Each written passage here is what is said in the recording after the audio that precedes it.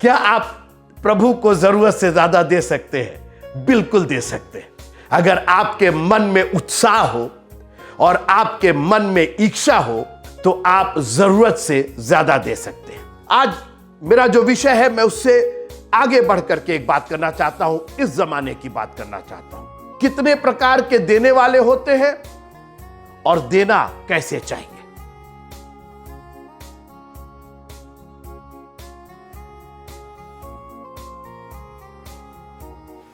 खुदावंद यीशु मसीह के पवित्र नाम में एक बार फिर से आप सबों को जय मसीह की। निर्गमन की पुस्तक का हम अध्ययन कर रहे हैं। 35वें अध्याय तक हमने देख लिया था। आज मैं 36वें अध्याय पर आपसे बात करना चाहता हूं। मेरा विषय आज बड़ा अजीब विषय है और यह विषय है, क्या हम जरूरत से ज्यादा दे सकते हैं? क्या हम जरूरत से ज्यादा दे सकते हैं? Can we give more than it is required? यह तो बड़ी अजीब बात है। अरे अभी तो जरूरत का ही नहीं दे पाते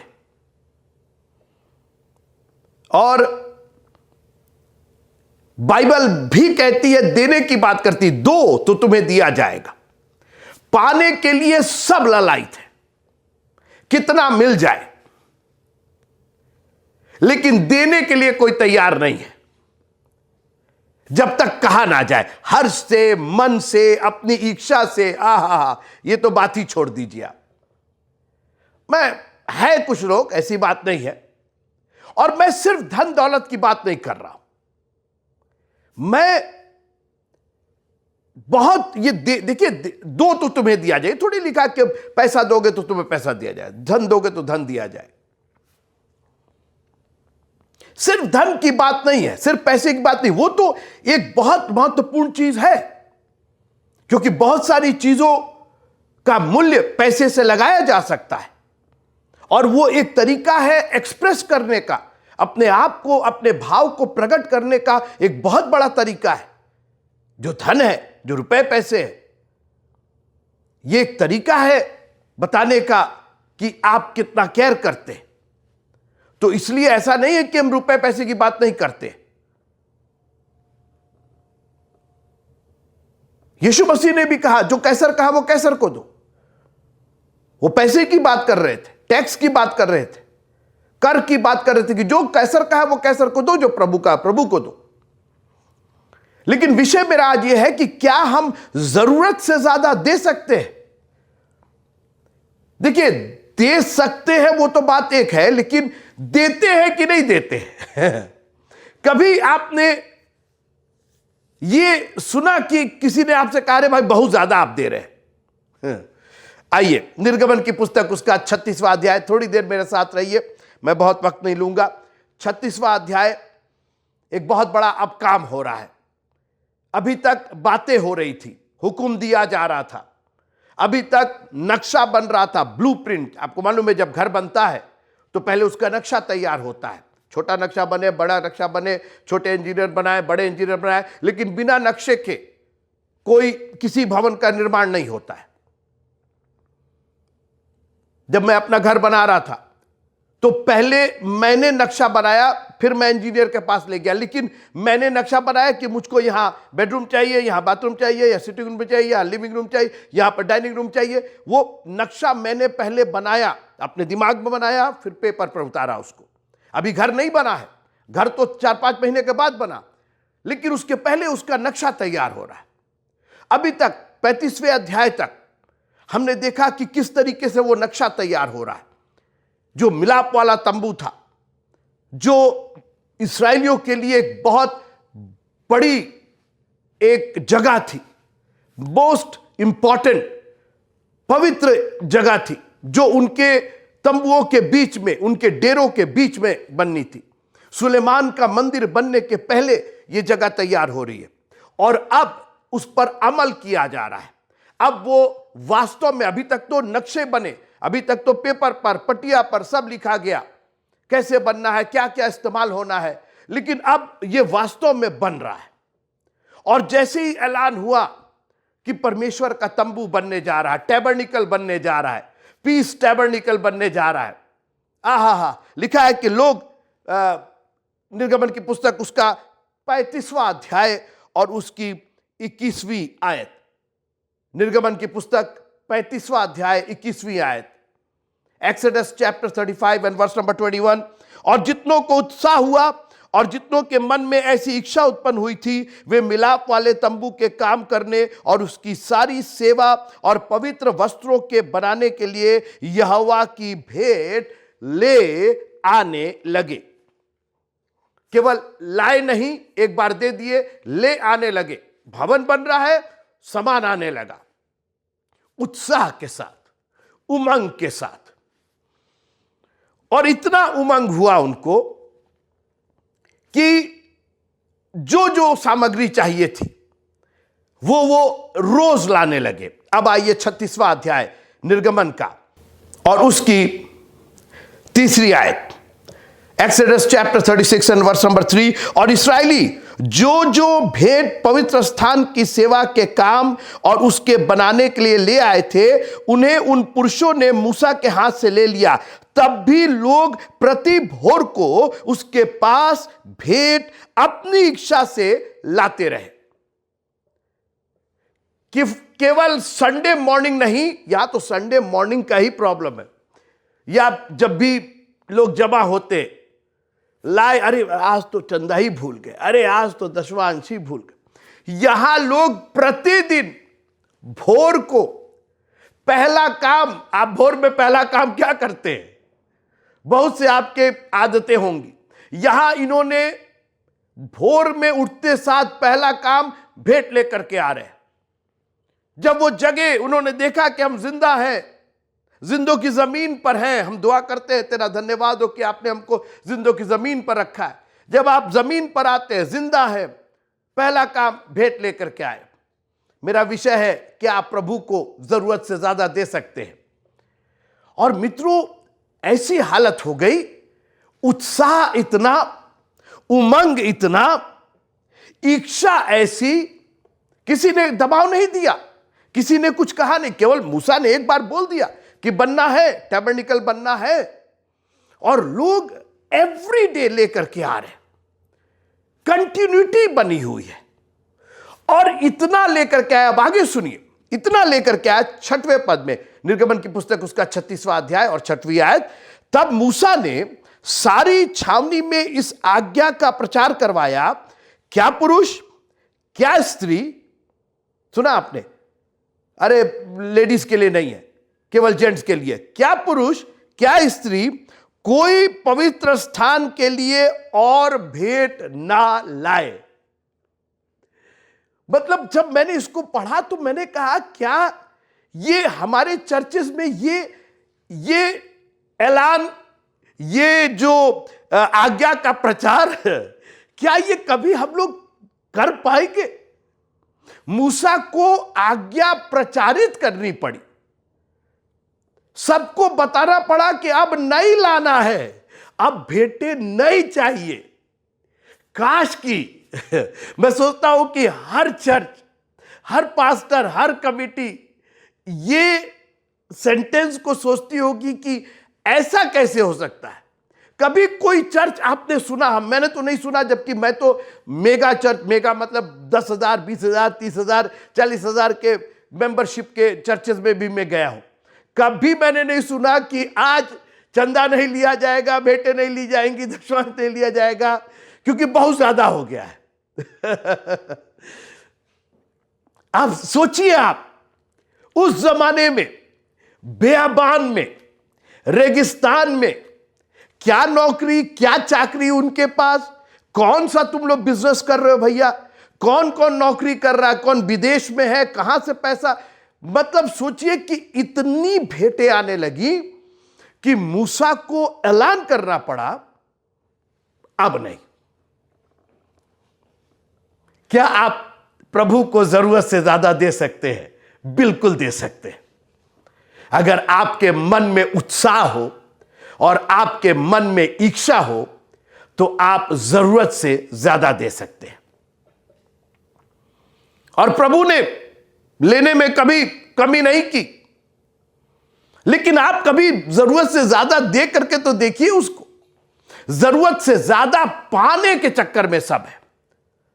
आज आपको कोई बोले कि 2 करोड़ रुपया दे रहे, भले ही आपका 2000 महीना का खर्च हो, आप कहेंगे अरे नहीं भैया 2 करोड़ ना ना, अरे आप कहेंगे भले लाओ इधर लाओ भैया। लेने में तो जरूरत से ज्यादा ले लेते हैं, देने में इतनी बहस। अरे अभी देखिएगा, अगर ये YouTube फेसबुक पर जाएगा, कितने लोग कमेंट करेंगे, अरे आप तो सिर्फ देने की बात। मैं नहीं कह रहा हूं, ये मेरा वचन है ही नहीं, ये भेंटें टैबरनेकल के लिए लाई जा रही है। आज दुनिया के लिए हम लोग खर्च करने को तैयार है, आज हर जगह खर्चा करने को तैयार है, बस टैबरनेकल में नहीं जाना है, परमेश्वर के भवन में नहीं जाना है। और उसके लिए बहस तो अनंत है मित्रों, फिर उसका क्या है, आप बहुत सी बातें कह सकते हैं। लेकिन यहां पर लोगों की इच्छा हुई, उमंग हुआ। आज मेरा जो विषय है, मैं उससे आगे बढ़ करके एक बात करना चाहता हूं, इस जमाने की बात करना चाहता हूं। कितने प्रकार के देने वाले होते हैं और देना कैसे चाहिए। मैंने कहा कि मैं पुराने नियम की जो बातें कर रहा हूं, जो स्टडी और जो अध्ययन हम लोग कर रहे हैं, वो हम पुराना नियम नहीं कर रहे। हम पुराने नियम को आज के परिप्रेक्ष्य में, आज जो हम लोग जी रहे हैं, आज जो हम लोग सांसें ले रहे हैं, आज हम लोग प्रभु के लिए कौन सी भेंटें ले आ सकते हैं। आज हम लोग इस मंदिर के लिए, प्रभु ये जो मंदिर तेरा है, मूसा को मना करना पड़ा, इतना उमंग उनमें। काश कि प्रभु इतना ही उमंग आज तो हम लोग को आप देने के। मैं फिर केवल रुपये पैसे की बात नहीं कर रहा हूं, जो जो चीजें जरूरत थी, खाली रुपया पैसा जरूरत नहीं थी। आपको मालूम है पूरी लिस्ट दी गई थी। मैं उस लिस्ट को दोहराना नहीं चाहता हूं, वक्त जाया नहीं करना चाहता हूं। आप इसका अध्ययन कर रहे हैं और मुझे मालूम है कि आप इसके अंदर बने हुए हैं। और लोग जो जो जरूरत थी, एक भवन में जैसे बहुत चीजों की जरूरत थी, केवल ईंटा थोड़ी चाहिए, उसमें सीमेंट भी चाहिए और उसमें बालू भी चाहिए, छड़ भी चाहिए, उसमें बिजली का तार भी चाहिए और उसके अंदर स्विच भी चाहिए और उसमें फर्नीचर भी। दुनिया की चीजें होती हैं एक भवन के लिए। आपका वक्त, आपने वक्त कितना दिया है, आपने आकर के भवन के लिए कितना काम किया है, ये सब आप खुद जोड़िए।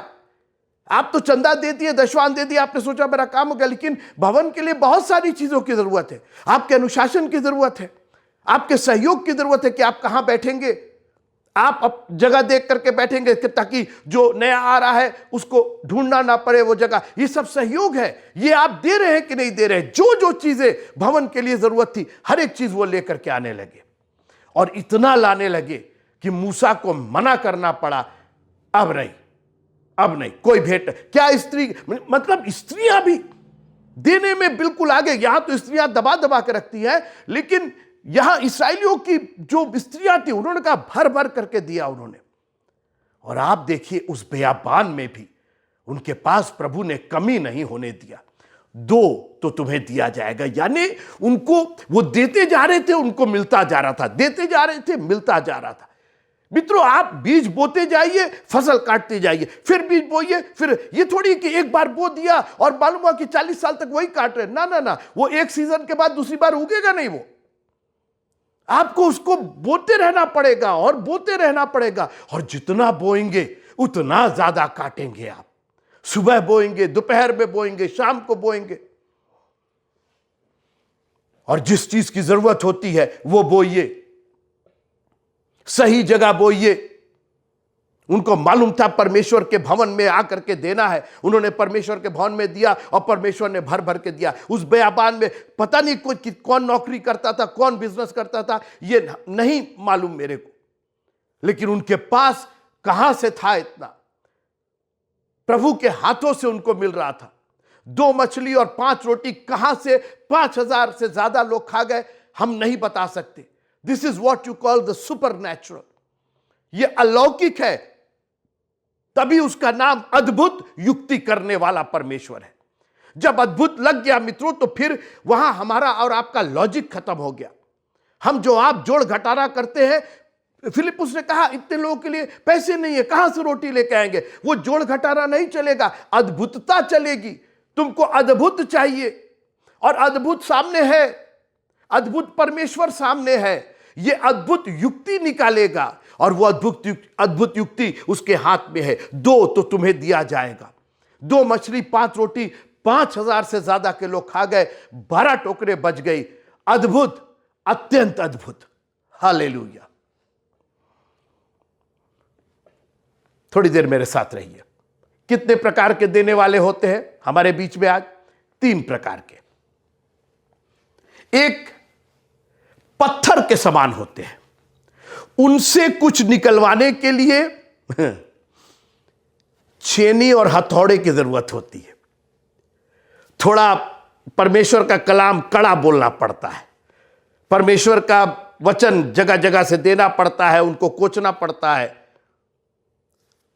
इसमें कोई शक नहीं कि जब छेनी हथौड़ा पत्थर पर लगता है तो पूरा पत्थर नहीं टूट जाता, उसमें से टुकड़ा ही निकलता है। और जितना कड़ा पत्थर उतना छोटा टुकड़ा। और एक और खूबी है, जब आप छेनी हथौड़ा कड़े वाले पत्थर पर लगाइएगा ना तो उसमें से स्पार्क भी निकलता है, चिंगारी निकलती। कभी करके देखिएगा, आप टनाक से मारिएगा, चिंगारी निकलेगी। अरे देने के नाम पर कई लोग की ऐसी चिंगारी। एक शख्स थे, वो कभी कुछ नहीं दे, हमेशा उनके पास बहाना था न देने का।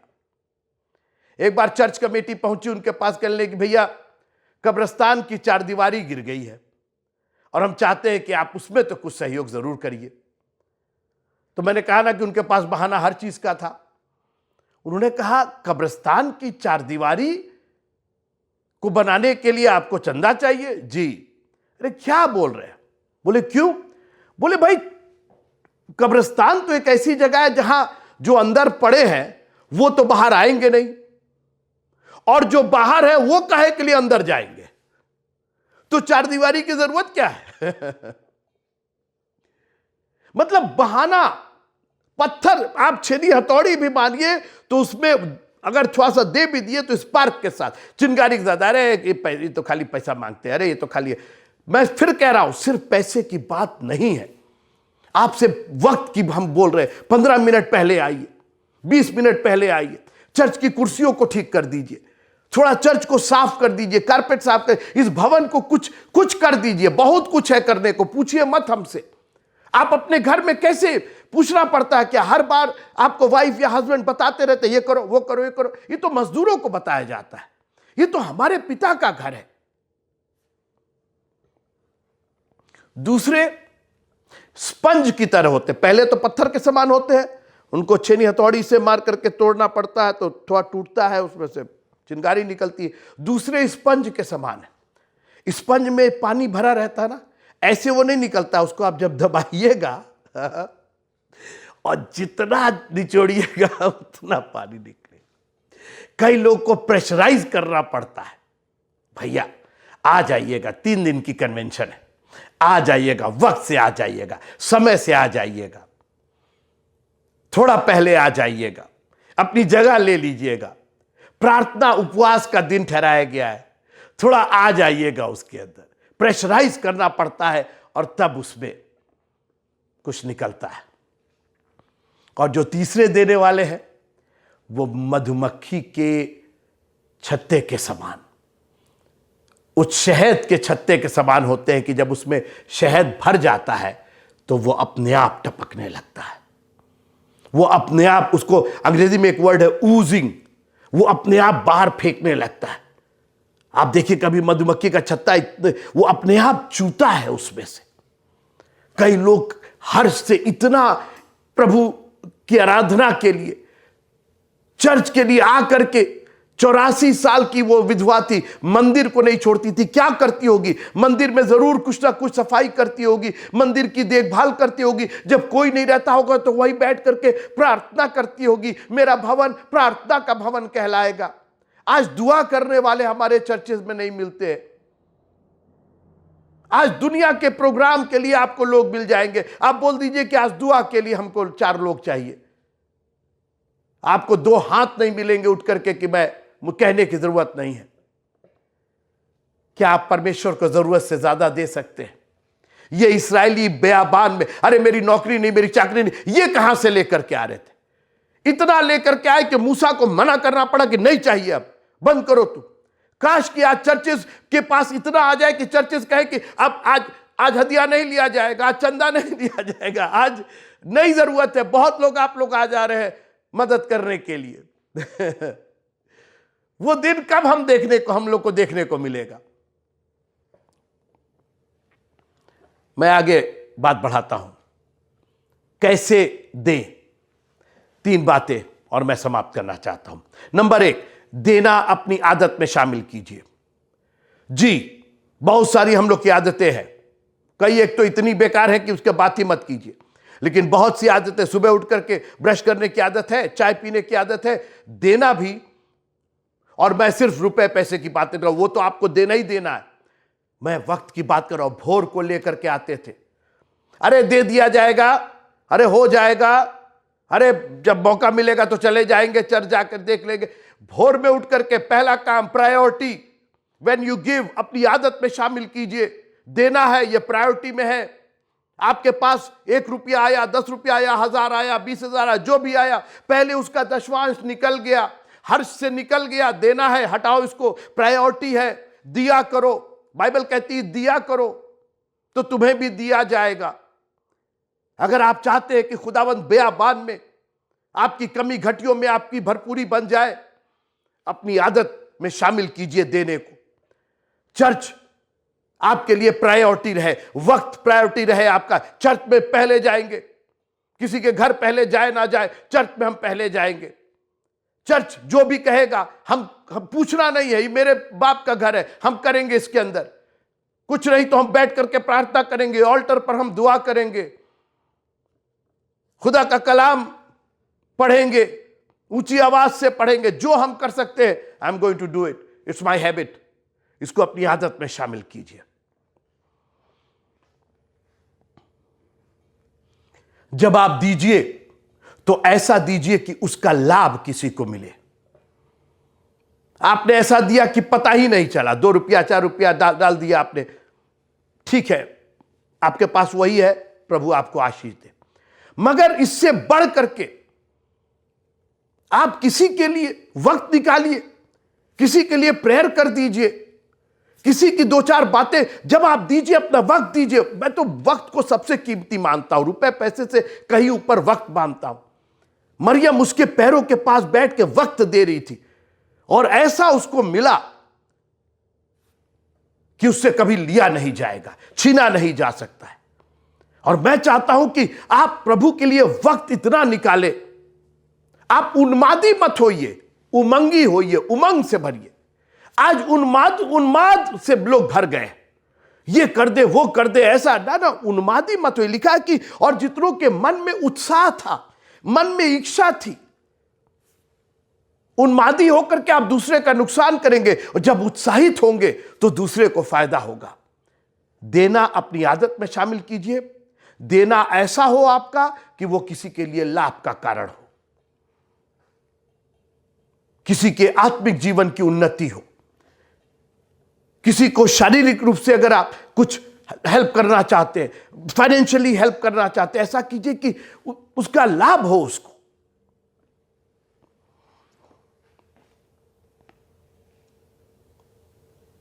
क्या आप प्रभु को जरूरत से ज्यादा दे सकते हैं? क्या आपको आज्ञा दी जाए कि अब नहीं चाहिए? आहा, प्रभु मैं चाहता हूं कि मैं इतना जो कुछ है मेरे पास सब मैं देता हूं खुदावंद। I want to give more, और भी अपना वक्त, अपने धन दौलत, अपना परिवार, अपने बच्चे, एवरीथिंग सॉल्व फॉर यू। तू मेरी प्रायोरिटी है। ऐसा नहीं था कि जिन्होंने दिया वो कंगाल हो गए, भर भर करके रोज ले करके आ रहे थे, मना करना पड़ा। आप एक बार प्रभु को दे करके तो देखिए, आप तो 10वें अंश में ही बिल मिलाने लगते। प्रभु ने एक नियम बांधा, अरे वो नए नियम में नहीं लिखा है, पुराने, बहस कर रहा तो करिए। फिर आपको चाहिए सब, भर भर के चाहिए, देना नहीं है। उसके लिए दुनिया के फॉर्मूले हैं हम लोग के पास। अच्छी बात है, मैंने तो अपने जीवन में देखा कि मैंने जितना दिया प्रभु ने उससे कहीं ज्यादा दिया, क्योंकि दो तो तुम्हें दिया जाएगा। आखिरी बात बता के विदा लेना चाहता हूं, जब भी जरूरत हो आप पहले हो देने के लिए, बिल्कुल इग्नोर ना करें। पतरस और यूहन्ना तीसरे पहर मंदिर में दुआ करने जा रहे थे। एक लंगड़ा सुंदर फाटक पर ला करके छोड़ दिया जाता था। आज एक जरूरत थी और इनके पास था, मगर ये बहुत आसान, 1 मिनट, ये दुआ करने जा रहे थे। आज हम लोग, अरे भाई हम तो दुआ करने जा रहे हैं, अरे हम तो, इनको कौन देखेगा, इनकी ये जरूरत हो गई। दुआ आपका काम है, दुआ आपकी प्रेज एंड वर्शिप है, दुआ आपका थैंक यू है, लेकिन एक जरूरत आन पड़ी है यहां पर। उन्होंने रुक करके बोला दुआ बाद में होगी। यह भी दुआ का ही हिस्सा है। सोना और रूपा हमारे पास नहीं। मैंने फिर कहा कि सिर्फ रुपए पैसे की बात नहीं है। आप जो मैं बार बार देने की बात कर रहा हूं, तो आप बार बार दिमाग में रखना चाहिए पैसा मांग रहे, रुपया मांग रहे। हम कहां मांग रहे? परमेश्वर ने सिर्फ आपसे रुपया पैसा, सोना रूपा तो मेरे, पहाड़ पड़ के ढोर तो मेरे, क्या देंगे आप उसको? तो रुपया पैसा तो आप छोड़ ही दीजिए, उस पर तो बहस ही मत कीजिए। बात यह है कि यीशु नाम है कि नहीं आपके पास? परमेश्वर का कलाम यीशु नाम भरा हुआ था। उन्होंने कहा सोना और रूपा नहीं देंगे, लेकिन देंगे जरूर। जरूरत है तुमको, और जो जरूरत है वो ही देंगे। यीशु नासरी के नाम से उठ और चल फिर। जब जरूरत हो, जहां जरूरत हो, आपको कहना ना पड़े भैया इधर आइएगा, जरा भैया आकर के जरा ये देख लीजिएगा, भैया आप वहां मौजूद रहिए, आप जरूरत देखिए। इसने सिर्फ भीख मांगी थी, इसने रुपया पैसा, उन्होंने कहा तुमको भीख नहीं चाहिए, तुमको भीख से कहीं ज्यादा एक ऐसी बरकत चाहिए। उन्होंने नीड देखा, उसकी जरूरत देखा, बोला रुपया पैसा तो कितने दिन से पा रहा है, वैसी लंगड़ा पड़ा हुआ है। आज मैं चाहता हूं कि ना सिर्फ चर्च में, लेकिन घर में आपके बच्चों को परमेश्वर के कलाम की जरूरत है। वो अंधेरे में है बेचारे, उनको हर दिन की रोटी चाहिए। मित्रों, आप बाइबल खोल करके बैठाइए सबको, बोले तुम्हारी जरूरत मोबाइल नहीं है, तुम्हारी जरूरत स्कूटी नहीं है, तुम्हारी जरूरत नौकरी नहीं है, तुम्हारी जरूरत पर रुपए पैसे नहीं, तुम्हारी जरूरत खुदा का कलाम है। Sit down and listen to me. Bible खोल करके पढ़ दीजिए जोर से। बच्चा बीमार है, बुखार से तड़प रहा है, आप जाके कह रहे घबराओ नहीं बेटा, हम ना आज तुम्हारे लिए मोबाइल लाने से वो ठीक हो जाएगा। उसकी जरूरत दवाई है, उसकी जरूरत डॉक्टर है, उसकी जरूरत तीमारदारी है। नेक सामरी की कहानी आप जानते हैं। 2 लोग जो चर्च से जुड़े थे, मंदिर से जुड़े हुए थे, उनको मालूम ही नहीं था कि उसकी जो अदबुआ पड़ा उसकी जरूरत क्या है। ये वक्त का समय है, कुछ ना कुछ देना है। तीसरा आया, उसको मालूम था कि क्या देना है। ये वक्त कतरा के जाने का नहीं है। और कई लोग चर्च में देखे, अरे मीटिंग होने वाले, कतरा के निकल गए, अरे कुर्सियां ठीक करना, कतरा के निकल गए, अरे किसी के लिए दुआ करनी, कतरा के निकल गए। निकलिए, फिर आप नेक नहीं कहलाएंगे, आप विश्वास योग्य और धन्य नहीं कहलाएंगे। हालेलुया। उसने उतर करके उसकी तीमारदारी की। जब वक्त पड़े तो देने में कोताही मत कीजिए, आगे आने में कोताही मत कीजिए। बोलिए जो मुझसे हो सकेगा मैं करूंगा। देने को अपनी रोजमर्रा की आदत बनाइए, प्रभु को देने के लिए। उसने आपको सांसें 24 घंटे दी है, आपका दिल 24 घंटे धड़काया उसने, आपके रगों में उसने खून 24 घंटे दौड़ाया है। अपनी आदत में शामिल कीजिए। किसी के लाभ के लिए हो, आपका देना किसी के लिए लाभ के लिए हो, उसकी जरूरत पूरी हो। इतना भर जाइए वचन से, जिसकी जरूरत हो वचन से दे दीजिए उसको। अस्पताल गए, नहीं कुछ कर सकते, आप डॉक्टर नहीं है, आप प्रार्थना कर सकते हो। जो कुछ आपके पास है, विश्वास है आपके पास, विश्वास की प्रार्थना कीजिए, और विश्वासी की प्रार्थना से रोगी बच जाएगा। और जब जरूरत हो तो आगे बढ़ करके, भले ही वो आपके मतलब का हो ना हो, वो सामरी था, पता नहीं वो अदमुआ इस्राएली था, यहूदी था, कौन था, लेकिन वहां एक जरूरत थी, वहां एक हलाक आदमी था, वहां एक घायल व्यक्ति पड़ा हुआ था। आज बहुत से लोग घायल हैं अपनी जिंदगियों में, डिप्रेशन में है, निराशा में है, तकलीफ में है। जब जरूरत हो तो बजाय इग्नोर करके, बजाय उसकी अवहेलना करके निकल जाने के, आप खड़े रहिए और कहिए आई वांट टू हेल्प। और एक बात बताएं, आप आगे बढ़िए, खुदावंद आपके साथ है। वो दुश्मनों के सामने हमारे लिए मेज बिछाने वाला प्रभु है। मुझे कुछ खटी नहीं होगी। हरी हरी चराइयां और सुखदाई जल के झरने ऑलरेडी उसने दिया, कितना आप दे दे। देखिए, जब भेड़ें चराई में चढ़ती है ना, तो क्या देती? ऊन देती है, जो उनसे हो सकता है, जो प्रोड्यूस कर सकती है। हरी हरी चराइयां तो दी है, वो ऊन कहां है? वो प्रोड्यूस कहां है आपका? वो स्तुति प्रशंसा कहां है आपकी? सुखदाई जल के झरने आपको प्यास से नहीं मरने दिया, उसने जीवन का जल पिलाया है कि एक बार आप पिएंगे तो फिर प्यासे नहीं होंगे। उसने पिया, वो जीवन का जल पिया। उस सामरी स्त्री ने भाग करके चली गई, जो स्त्री डर के मारे कहीं इधर उधर जाती नहीं थी, 5-5 पति कर रखा था उसने, वो आज प्रचारक बन गई है, सबको बता रही है एक भविष्यवक्ता, एक ऐसा व्यक्ति बाहर आया हुआ है। क्या हो गया तुमको? क्या हो गया? जीवन का जल मैंने पी लिया। जो कुछ था उसके पास, वो जाकर के सबको बांटने लगी। मैं आपसे विनती करना चाहता हूं कि आप जरूरत से ज्यादा प्रभु को दे सकते हैं, देने की कोशिश कीजिए। कभी आपकी कमी और घटी नहीं होगी, ये मेरी गारंटी है। आप मेरी गारंटी छोड़ दिए, ये प्रभु के वचन की गारंटी है। दो तो तुम्हें दिया जाएगा, और जिस नाप से तुम नापते हो उसी नाप से तुम्हारे लिए नापा जाएगा। तुमको कहा जाएगा बस अब नहीं, क्योंकि प्रभु ने हमारे कटोरे को सिर भरा नहीं है, उसको छलका दिया है। प्रभु में बने रहिए, दिया करो तो तुम्हें भी दिया जाएगा। प्रभु आप सबको बहुत आशीष दे। जय मसीह की।